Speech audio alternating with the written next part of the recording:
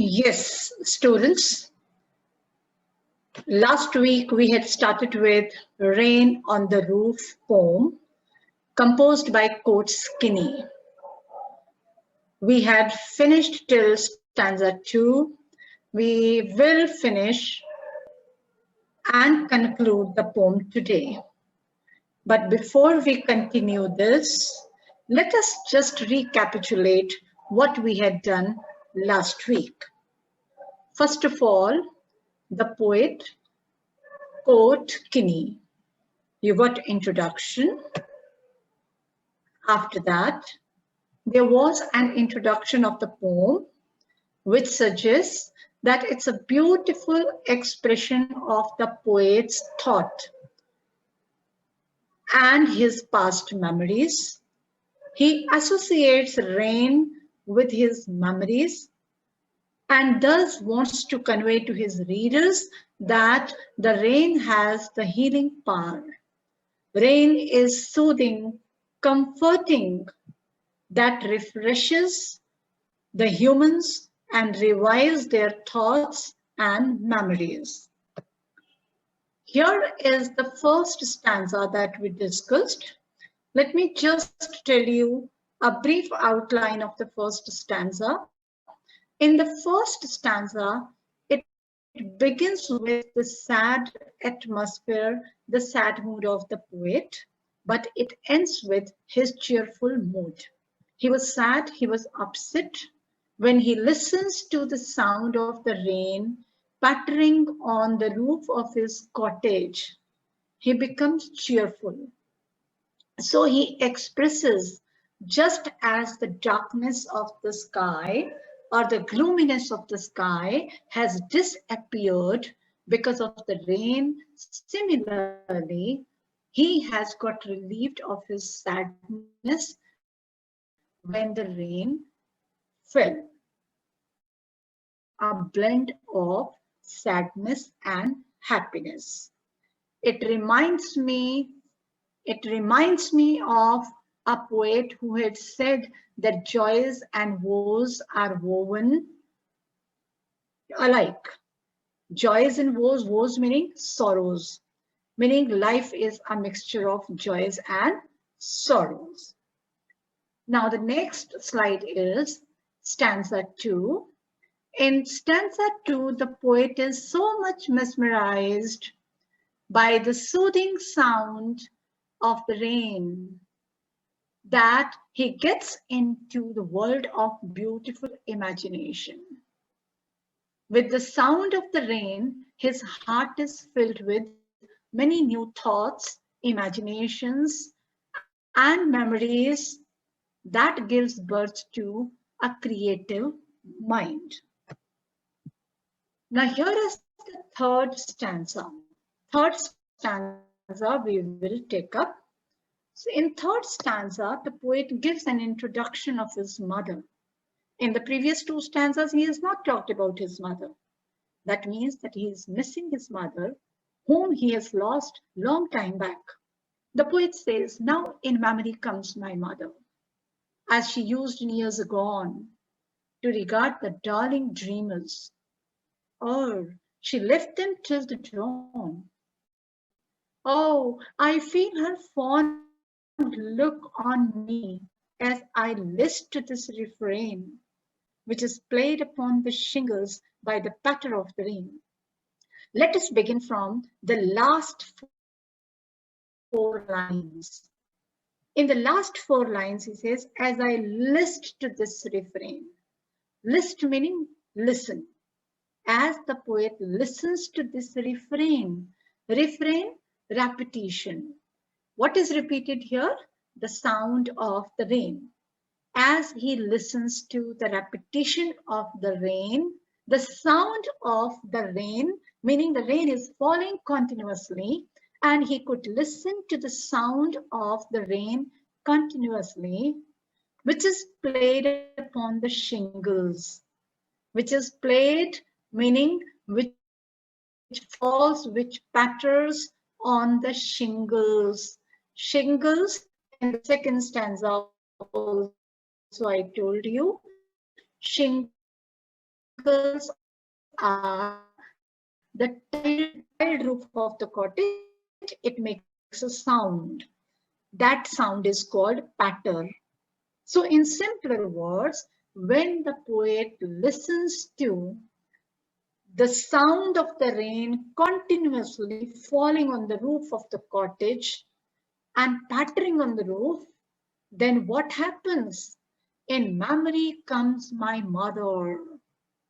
When he listens to the sound, he remembers. In memory comes my mother, meaning he remembers his mother. He is missing his mother because his mother is no more alive. He has lost his mother. So he associates the mother's memory with the rain. As she used in years gone to regard the darling dreamers, as she used in years gone, many years back, many years before, when she was alive. He means to say, many years ago, when his mother was alive, she used to regard, meaning she used to love the darling, dear dreamers. Who are these darling dreamers? These darling dreamers are the poet himself and his siblings, his brothers and sisters. Many years before, when the mother was alive, she used to love the poet and his siblings when they were going to the bed. So before going to her own bed, the mother would visit the children in their bedroom, and before she left them till the dawn, she would love them before she left them till the next morning when they would wake up. Meaning, she would allow them to sleep till the next morning and enjoy their dreams. Oh, I feel her fond look on me. The poet is missing his mother so badly that he feels her presence. She is no more alive, yet he feels the presence of his mother in his room. He feels that she is somewhere around. He feels as if she is watching over him. He feels that she is somewhere in the room and she is observing him. As I list to this refrain, so he welcomes this pattering of the rain. He welcomes the arrival of the rain because arrival of the rain revives the memory of his mother. Right? Now here is the explanation that I have written. The poet is sad as he is missing his mother who is no more alive. The sound of the rain reminds him how his mother would love his siblings and the poet and let them sleep till the daybreak. Here the poet has written dawn, daybreak, a new day, new morning, and have dreams. He enjoyed his mother's love many years ago. So he is missing that love of his mother. The poet still feels that his mother is looking at him when he hears the sound of the rain continuously falling on the shingles. The sound of the rain makes him correlate his past with his present. Now, what is the past here? The past is the mother. The memory of the mother is the thing of past. And what is present? At present, it is raining.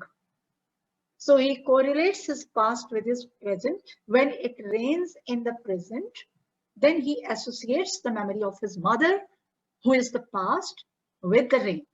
He is happy to remember the love of his mother, but he is sad also as he misses that love now. He is happy that the memories are alive.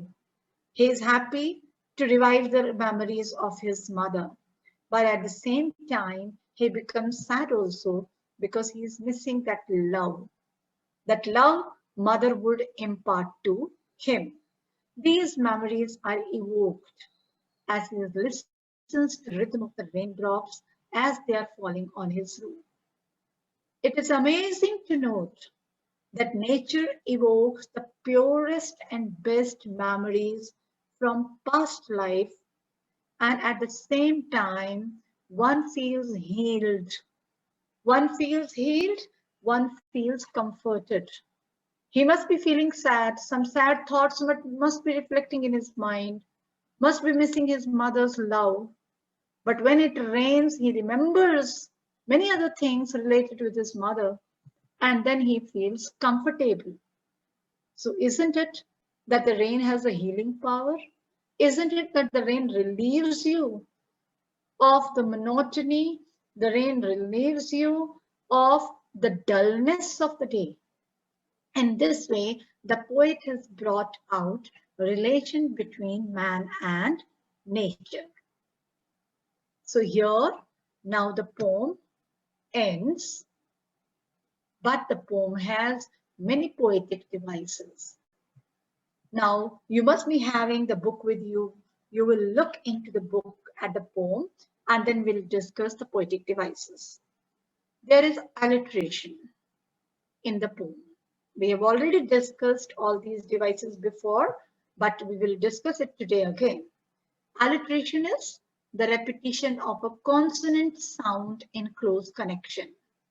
If you just look at the poem, you will find in the lines where it says humid hover, starry spheres, press pillow, lie listening, busy being, darling dreamers.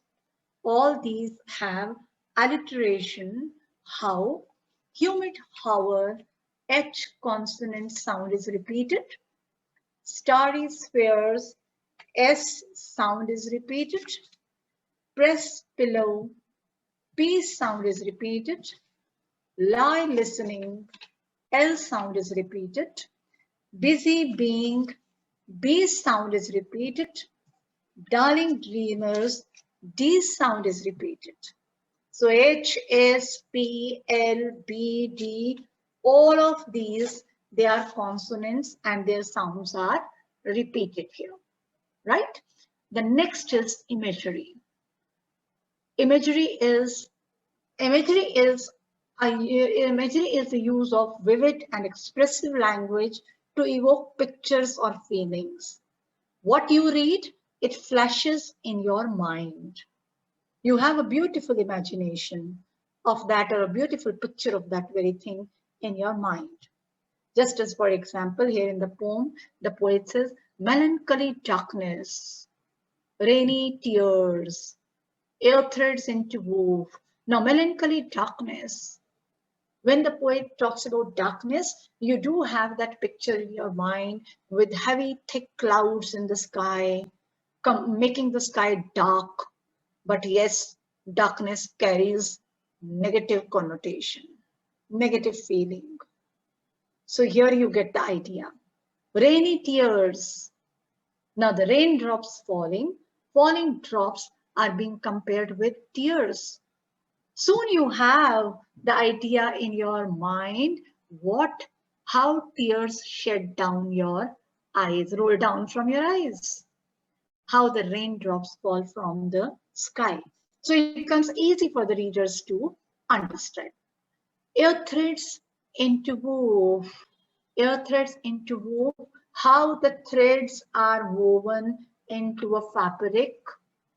Similarly, when it rains, then how number of new thoughts, new imaginations, they are created by a creative mind, right? Then next is metaphor. Metaphor is used to make comparison between two things. In the last poem also, I had told you metaphor is an indirect comparison. Why I say indirect comparison? Because we are not using like or as kind of expression.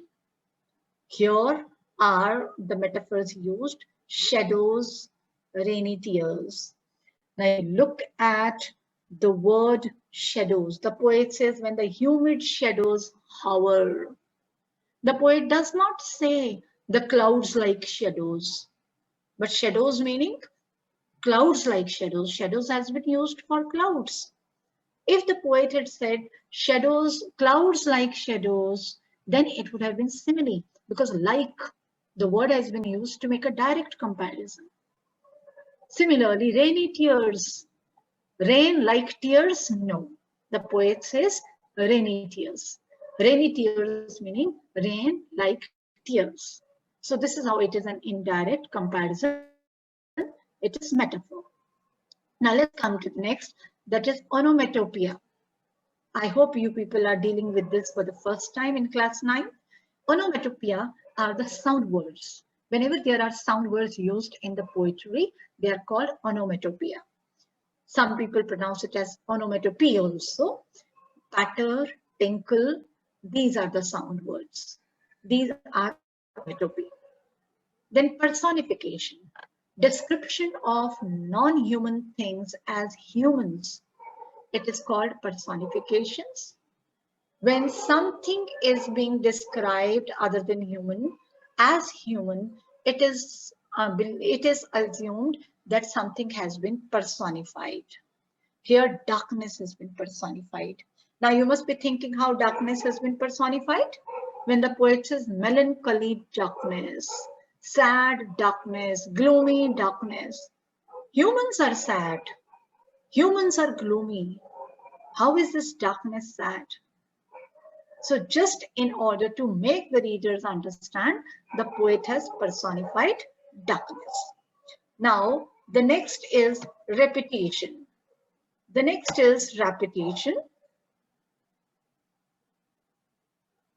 Yes, repetition is repetition of a word or a phrase for 2 or more times, right?